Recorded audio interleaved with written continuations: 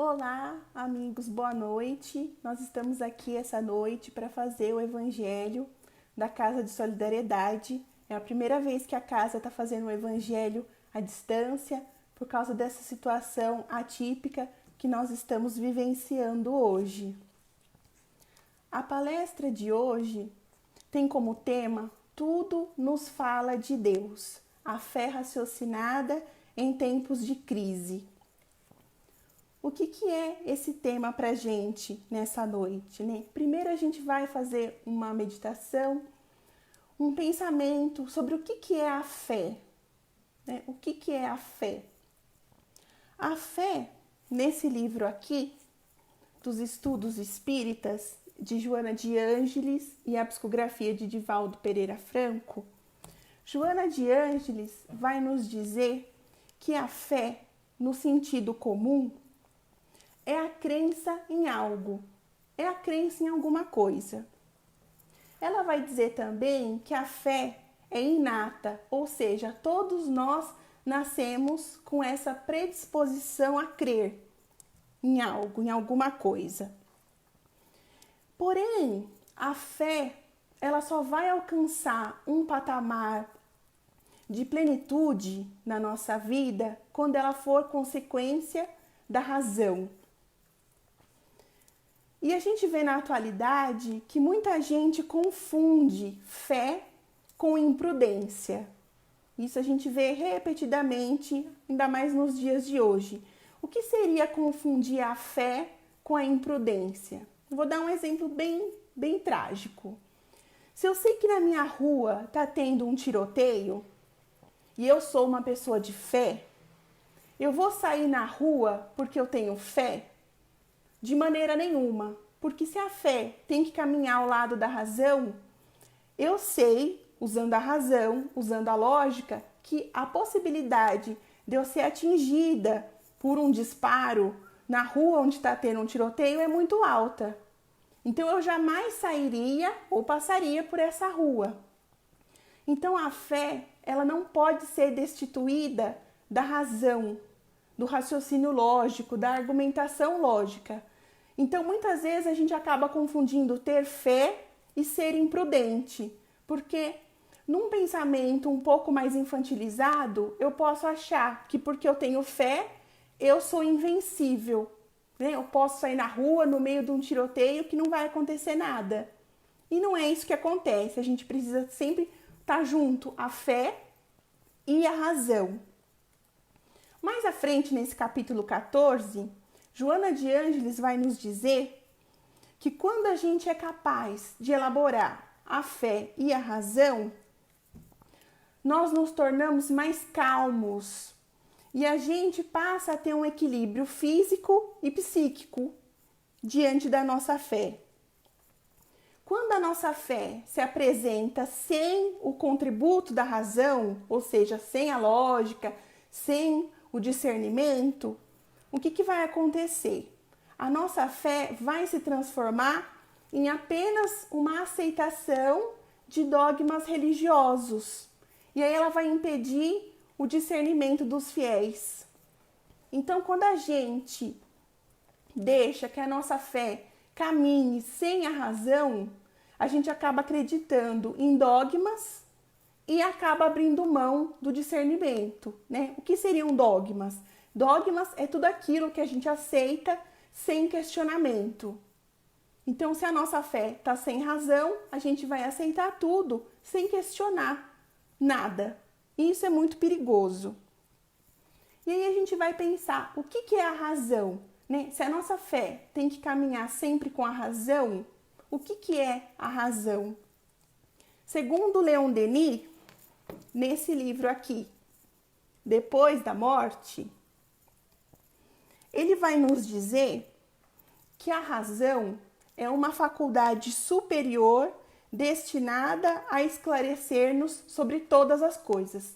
Então, a razão é uma faculdade superior da nossa inteligência que tem como objetivo nos esclarecer sobre todas as coisas. Ele vai dizer também que essa razão, ela se desenvolve pelo exercício, como tudo em nós.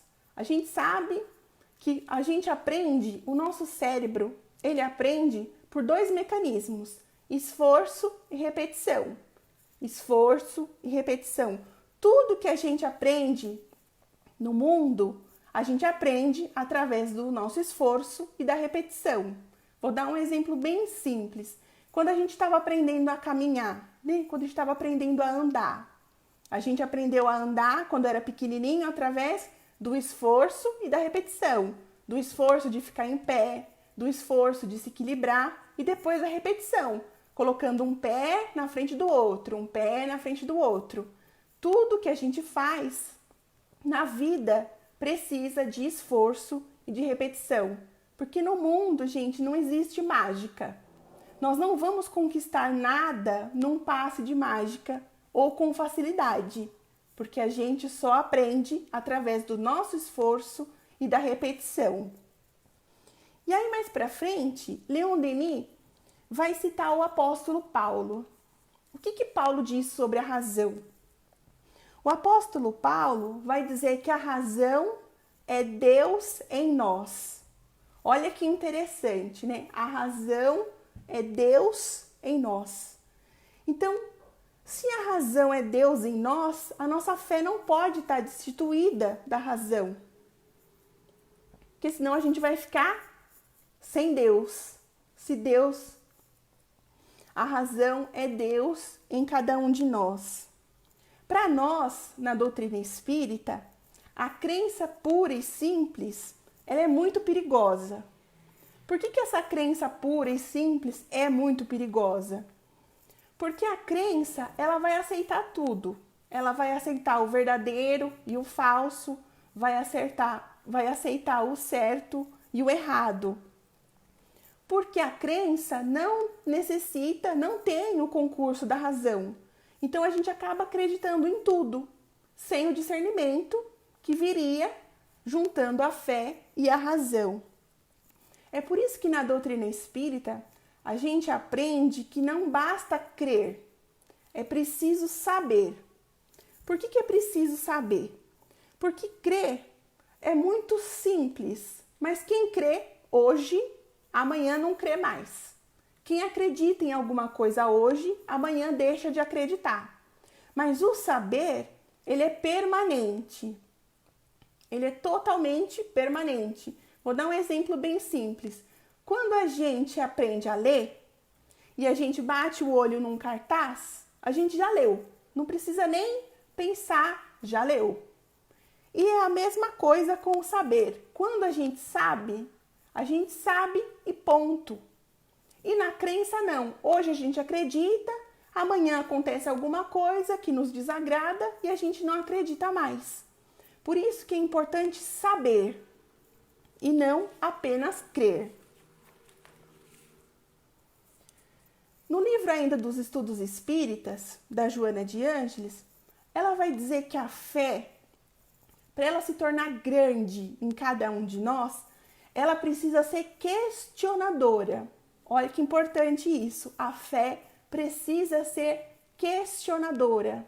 A fé precisa realizar, ou seja, né? A fé sem obras é morta.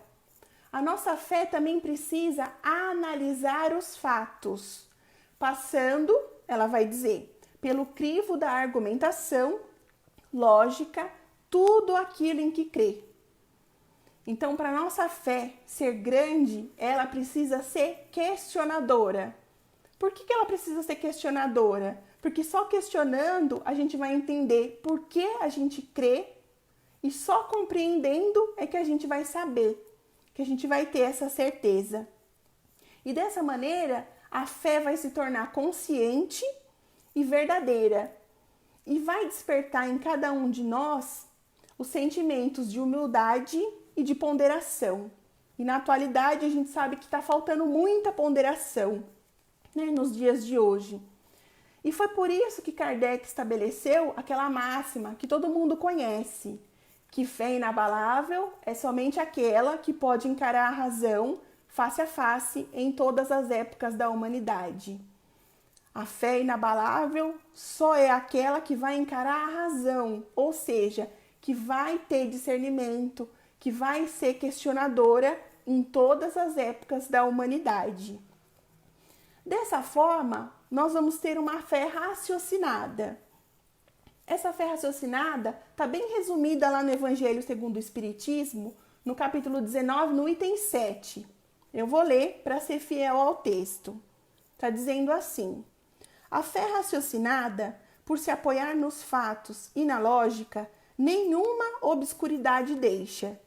A criatura, então, crê porque tem certeza, e ninguém tem certeza senão porque compreendeu. Eis porque não se dobra. Então, quando a fé se apoia nos fatos e na lógica, a criatura não crê simplesmente, que foi aquela crença simples que eu falei no comecinho. A gente crê porque a gente sabe, e sabendo nós temos certeza, e é por isso que a nossa fé não se dobra, ela não se perde jamais. Então a fé e a razão, elas são solidárias e inseparáveis. Isso é muito importante da gente ter em mente, que a fé e a razão, elas são inseparáveis e elas são solidárias entre si. Porque durante muito tempo, na nossa sociedade, ao longo da história, a gente sempre teve uma ideia meio dicotômica, meio dividida, que para a gente ter fé, a gente tinha que abdicar da razão. E para a gente ficar com a razão, tinha que abdicar da fé. E esse pensamento, ele é equivocado, porque a fé não caminha sem a razão. Então a gente não precisa mais optar entre a fé e a razão, entre a religiosidade e a ciência, porque elas caminham juntas na doutrina espírita. Isso é muito importante. E quando a gente se fundamenta nessa fé raciocinada, o que vai acontecer? Nós vamos conseguir ser os mesmos, tanto na alegria quanto na tristeza. Isso ainda é muito difícil para muitos de nós.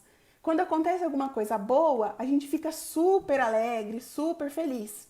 E ao contrário, quando acontece alguma coisa que nos desagrada ou uma tragédia, a gente despenca na tristeza. Quando a gente conseguir alcançar esse padrão de fé, a gente vai conseguir esse equilíbrio e vai conseguir ser o mesmo, tanto na alegria quanto na tristeza. Então, como que a gente pode conquistar essa fé inabalável nos tempos de crise, que esse é o nosso tema? Leon Denis, nesse livro também, no Depois da Morte, lá no capítulo 44, ele vai nos dizer que a fé é a confiança da criatura nos seus destinos. Isso é muito importante. A fé é a confiança da criatura em seus destinos. Mas o que é destino para o Leon Denis? Nesse outro livro dele, eu vou pegar para vocês verem, ó. O problema do ser, do destino e da dor, é o capítulo 19. Leon Denis, ele vai nos falar um pouco de uma lei, que ele chamou a lei dos destinos. O que é essa lei? Nesse capítulo, Leon Denis, ele vai nos falar que os nossos atos e os nossos pensamentos traduzem-se em movimentos vibratórios que vão se transformando a pouco e pouco em poderosos geradores de bem e de mal. Mal no sentido de ausência de bem, do sofrimento. Então, para ele, o que seria essa lei do destino? Os nossos atos e os nossos pensamentos se transformam em movimentos vibratórios que vão repercutir ao longo da nossa vida. O que Leon Denis vai chamar de lei dos destinos, para a gente, na doutrina espírita, é mais conhecido como a lei de causa e efeito. E a gente também pode entender essa lei dos destinos como a lei do campo mental, lá de André Luiz, na obra de Chico Xavier, que foi apresentada nos livros da coleção de André Luiz. A gente vê muito a lei do campo mental. O que é a lei do campo mental? A gente recebe aquilo que a gente emite. Isso é a lei do campo mental.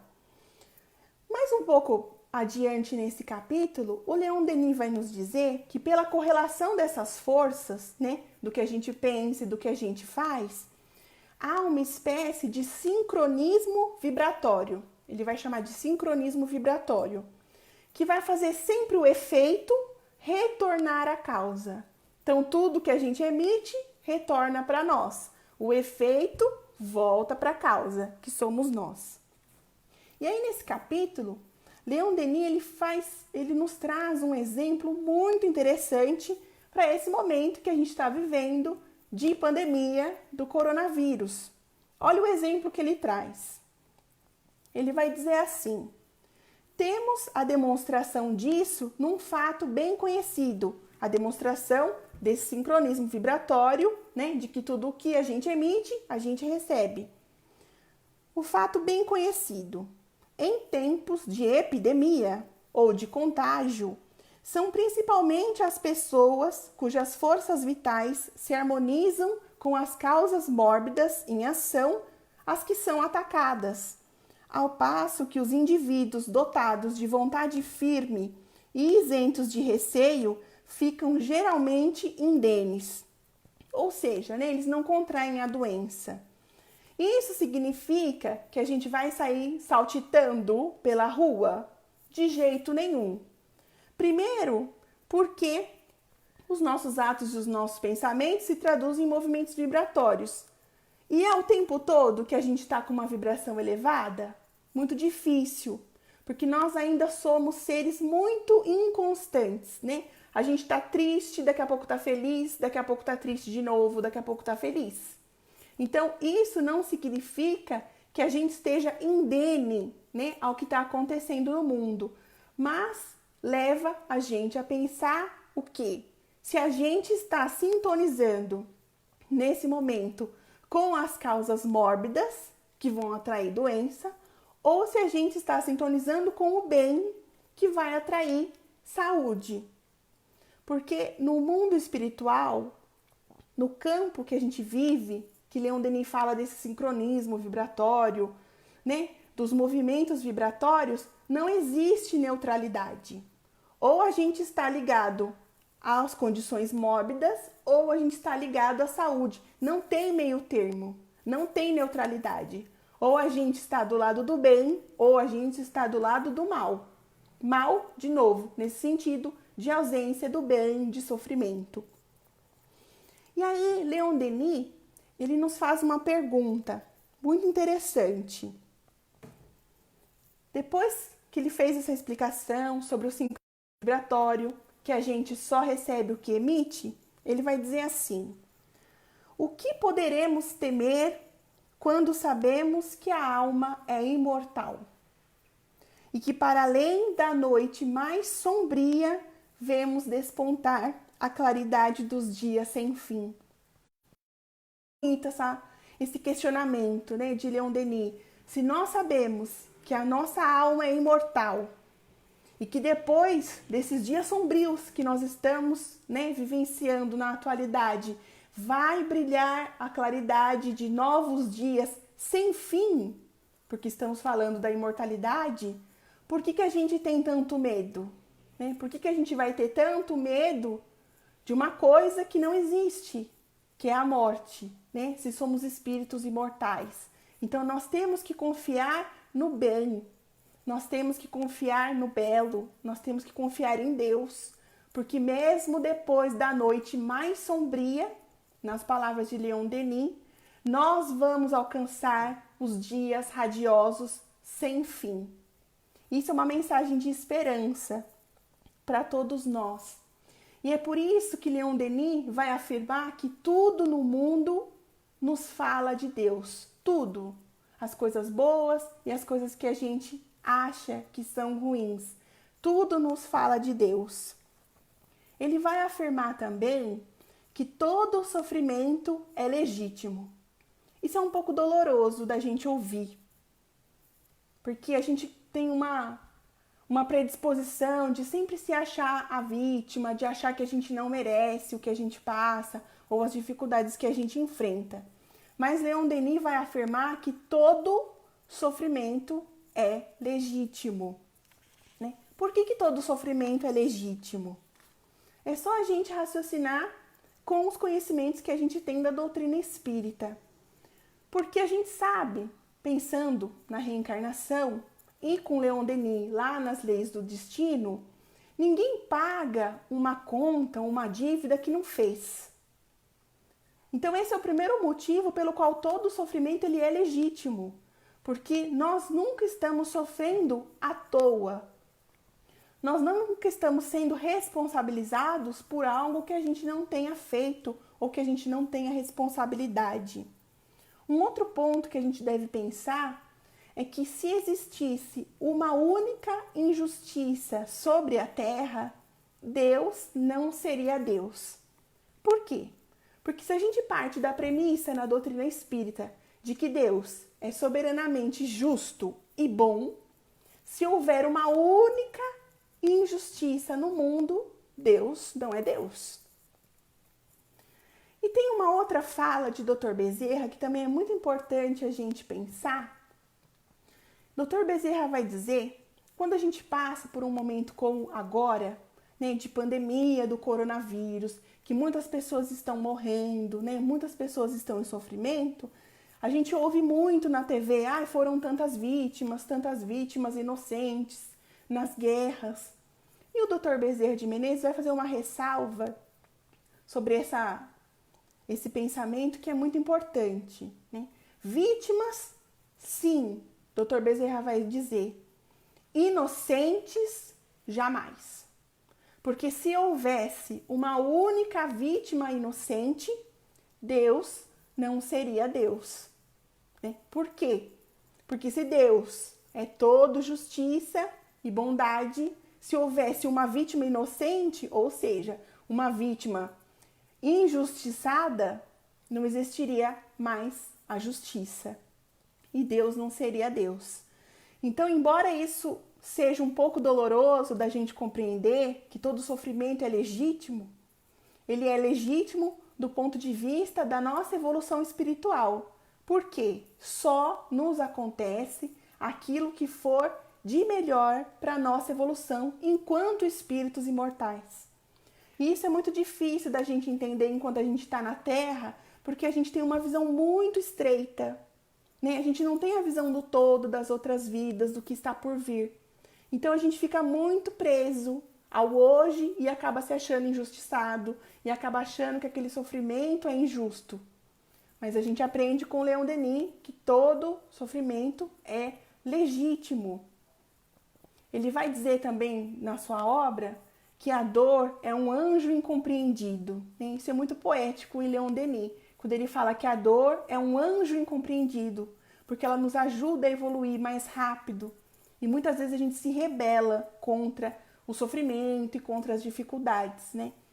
Leon Denis, em nenhum momento, mesmo do que a gente vê na doutrina espírita, não há uma apologia ao sofrimento, né? Muitas pessoas criticam a doutrina espírita dizendo que a gente faz apologia ao sofrimento, que a gente gosta de sofrer. E em absoluto não é esse o caso. Nós compreendemos o sofrimento como uma ferramenta educativa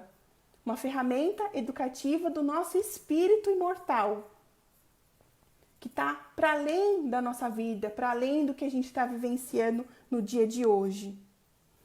Leon Denis, mais para o final desse capítulo, ele vai dizer que quando todos nós conseguirmos compreender e vivenciar isso, ou seja, isso é muito importante, a gente tem que aprender a compreender com a inteligência e viver com o sentimento, porque não adianta estar só aqui se a gente não sentir. Então tem que compreender com a inteligência e sentir com o sentimento.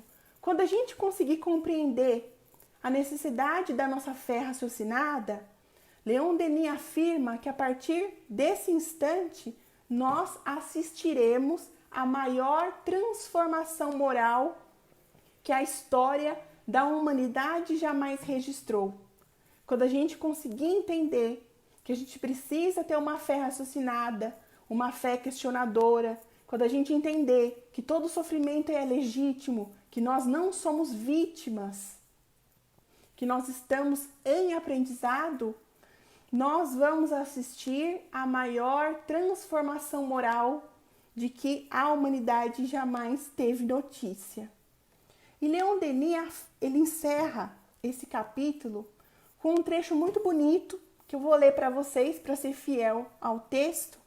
Ele vai dizer assim: mas todo ânimo sincero que procura a fé e a verdade há de encontrá-la na revelação nova. Um influxo celeste estender-se-á sobre ele, a fim de guiá-lo para esse sol nascente que um dia iluminará a humanidade inteira.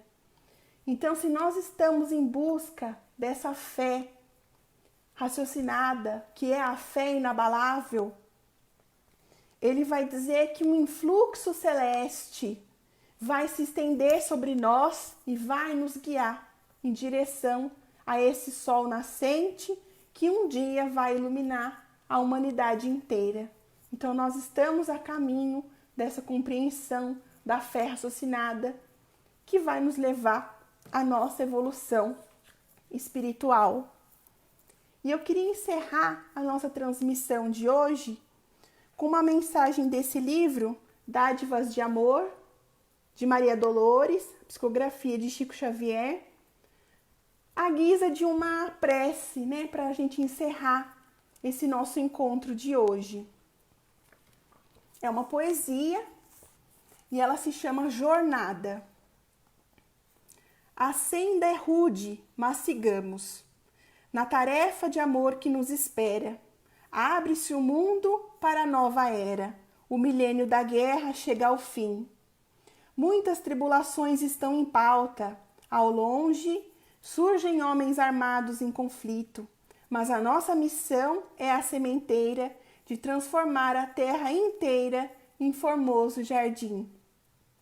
A violência distende as próprias garras, corrompe, avilta, fere, desordena. Mas falaremos nós a palavra serena,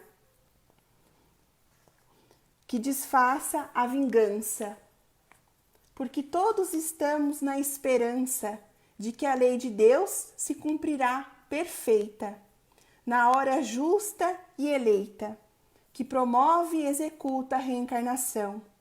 Através das estradas em que vamos, notaremos, enfim, a luta imensa da crença combatendo as sombras da descrença, do mal de que procede o estigma da dor.